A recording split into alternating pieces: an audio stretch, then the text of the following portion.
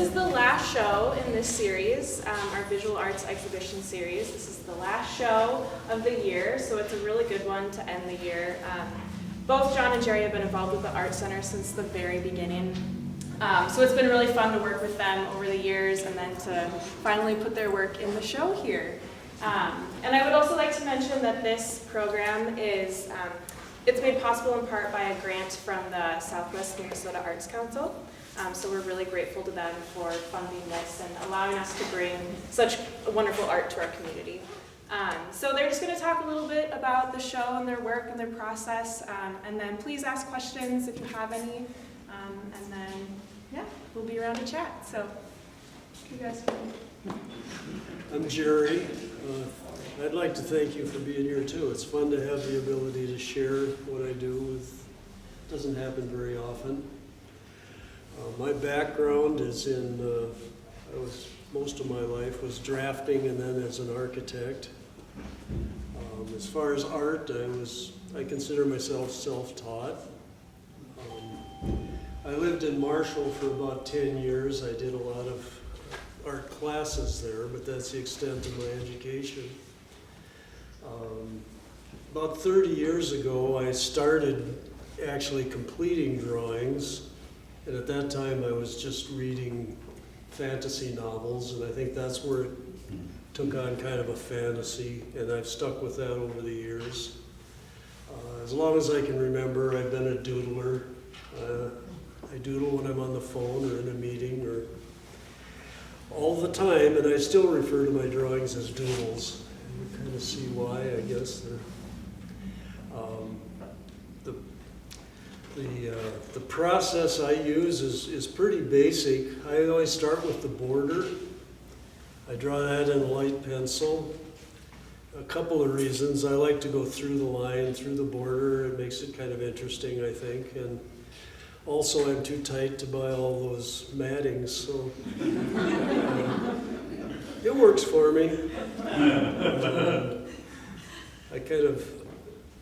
I don't really pre-visualize what I'm going to draw, if you can believe it or not, but I usually start on one side or the other with whatever comes into my mind, and I like to just work across the page. I use a light pencil to start with, and then I really embellish it when I go to the ink. I use technical pens, disposable technical pens. They're a lot better than the old days when you use the pen and quill, the ink and quill. The second phase, then I go in with heavier pens and heavy up some lines, do some rendering. And lately in the final stage, I have been using just a light wash for some of the tones. I've worked mostly in black and white.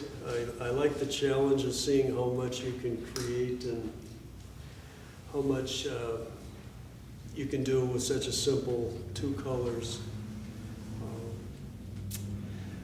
I don't know what else to say about them. If you have any questions, I'd be happy to answer them. But who are the very attractive dogs in this one, Dad? yeah. I get strange ideas sometimes. I do kind of a combination of still lifes and they're totally made up, and then landscapes, and I just decided I should put my daughter's dogs in that one. So. You captured them? Yeah. I'm asked a lot about a couple of questions I get quite a bit from people. One is, do you ever do color books? And I haven't. I was thinking about it, but back when COVID started, thousands of artists started doing adult comic books, so I just canceled that idea. And then I'm asked a lot how long they take, and I've never timed it. The smaller ones, maybe 12 hours. I never work more than an hour at a time, usually. I like to step away and then come back to them. So. How much of your personal life ends up in the work and how much is fantasy? Because I know a lot of your titles, you know, are like family farm and all of that. So I was just curious, how much is your personal life that gets woven into the fantasy? Oh, they probably do, yeah. My farm didn't ever look like that, but there's elements there, and yeah, that's true. In all the drawings, I'm thinking of personal lives. I also think of things I've read or seen going along the road, whatever. I can attest to Jerry's doodling, sitting on the board with him for many years, sitting next to him. And I just watch his notes. He wouldn't be taking notes, he'd just be drawing. Yeah, and then you look at it at the end and go, wow, that's really good. Cut it out, make print. I don't know if that's good or bad, but I've always done it. How long does it usually take to draw something like that? Well, like I said, the smaller ones, I've never really timed it because I worked and I come back and I don't pre-visualize them, so I like to walk away and come back, and then I get an idea of what I want to do next. And if you add all those times up, I would guess 12 hours on a small one. And you know, if you start drawing big with just a pen and ink, that really takes a lot of hours. It's kind of crazy. They all look so perfect. Do you ever make a mistake? A lot of mistakes. You just kind of hide it, or You get good at hiding things, and well, again, thank you, and I'll let John talk about his work.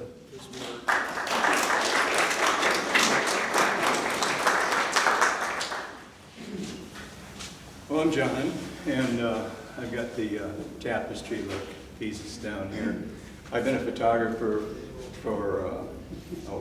since for over 50 years. I did weddings and portraits on the side. And but once I got into the digital world, things changed. I used to do things in my darkroom that would never be possible here without a tremendous amount of effort. Went digital, and one of the nice things about digital is you can take pictures and not worry about the cost of taking pictures. You just, you just fill up those cards and buy another card. But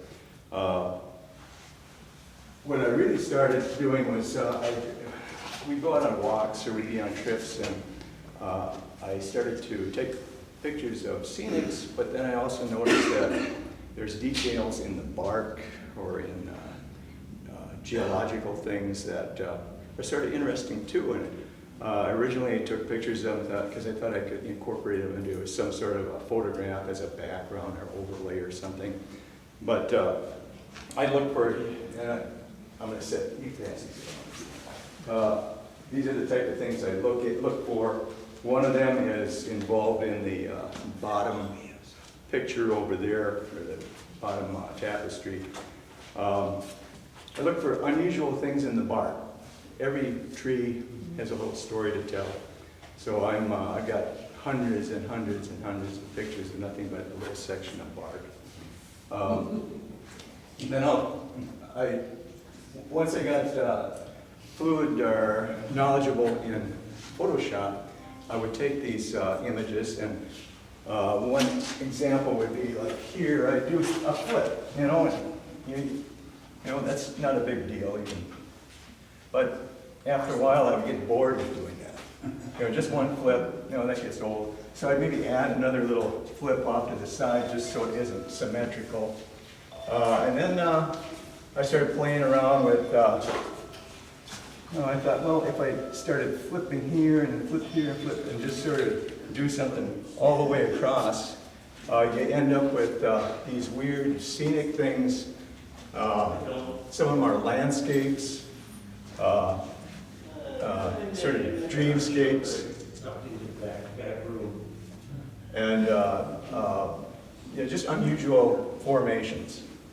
And then I thought, well, some of these actually have a tapestry look to them, so I would add a border to them. And I'd print them out, put them on canvas.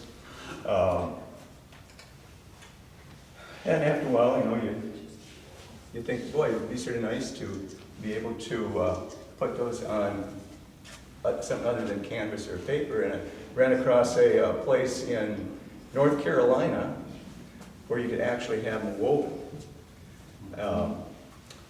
They do the blanket thing, but then they do a finer fabric, more of a upholstery fabric that has more threads per inch, and that's what these are.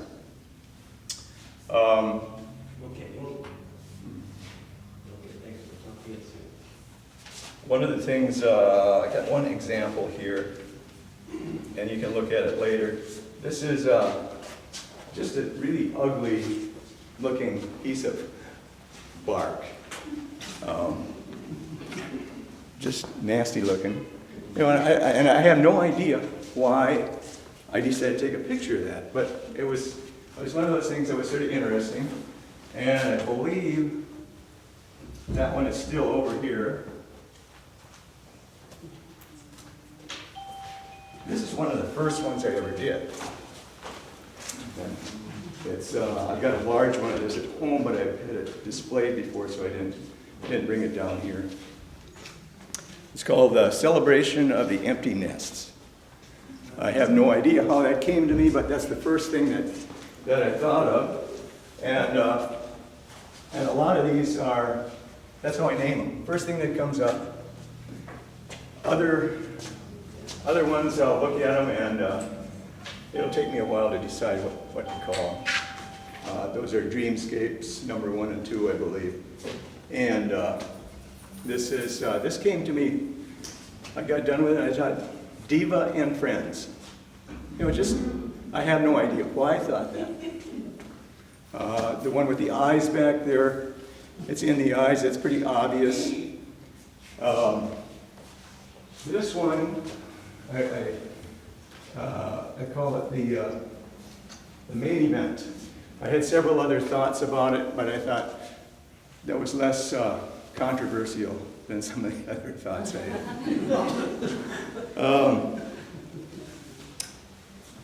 On the slideshow, there's a number of things that I do. Some of them are similar to this, and then I do some other things with borders. And, you know, keeps me out of the bars for a little while. Do you have any questions? Do you have a favorite place you like to go take pictures in nature? I like, you know, when we're on trips, it's nice to go where there's a lot of trees and things, or even like out west, go to Zion or the parks out there. But wooded areas are, my wife just really gets upset with me because she likes to walk, just walk nonstop. And I didn't bring my camera with, I'm stopping, I see something. I mean, it's a weird, it's like a sickness.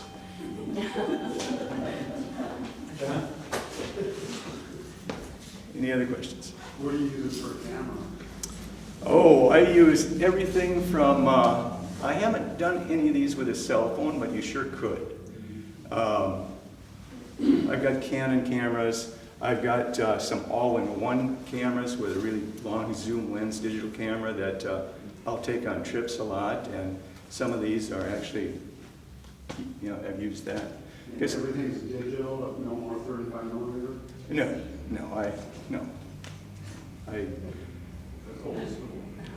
I'm not a purist. John, what drew you to tree bark versus other subject matter? What was it you saw in trees? It's just, you know, I think it has a lot to do with going digital. Because if I was shooting film, I'm too tight to take pictures of, you know, have 500-600 pictures of bark. That'd be $500-600 worth of film. But with digital, you know, and you just get to see. It's more of an appreciation for beauty out there. That's not just, you know, the wide open spaces, but, you know, close-up stuff. John, I missed what you said, but do you do much photoshopping on this stuff? Oh, look at that. It's quite a bit of Photoshop. It's all Photoshop. Yeah, when I did darkroom work, I don't know how I do this in the dark, it'd be pretty rough. So do you enjoy this more than the old days darkroom stuff? Do you like this, I enjoy this more the than creative? Taking pictures of people. I still do that a little bit, but yeah, this is a lot more fun than darkroom because you don't have to work with chemicals and yeah, it's just you got your darkroom in your office. Yeah, I can really be creative. do my own printing if I want. So, that one I showed you there, that's actually a lab print that I tried out, but I do most of my own printing. I love the tapestries. They're Thank you. fantastic. Yeah. So it sounds like your art kind of evolved over time, like you got into digital and you printed them as tapestries. Do you think it'll continue to evolve? Well, I don't know, it depends on what my wife says about it. Yeah, I'm not sure. Lots of stuff. I do a lot of other things other than this kind of photography. I do some other fun, creative manipulation in Photoshop, but this is just focusing on the tapestry. Got hundreds of them. And I got thousands of other images. Do you have a website? No, I'm just too cheap. Better take pictures of it now then, huh? Huh? Better just take pictures of it now. If I had a neighbor that would set one up for free for me, I don't know anybody that do that. Not for free. One of the things I should point out is on the technical end of this, when you start doing tapestries, I had to do a lot of testing to see how small I could go, and that's about it, because you do lose some detail if you compare it to the original image. We're talking about 30 threads per inch versus 300 dots per inch. So you just, you got to go a little bit bigger and that's about this, there you start picking up pretty good resolution. It's still not the same as the original, but I think it's for the purpose of a tapestry. I think it works out pretty good. Well, why don't you make one 8 by 10 or something? Oh, I have. Yeah? Yeah. As a matter of fact, I forgot. Thank you. This is one of the samples I did. I had a group put together on a 54 by 72 inch web, and then I did a border. And you can pass that around, and you can see that as you go larger, you get much more detail. Are we done? Because I look real silly just standing here.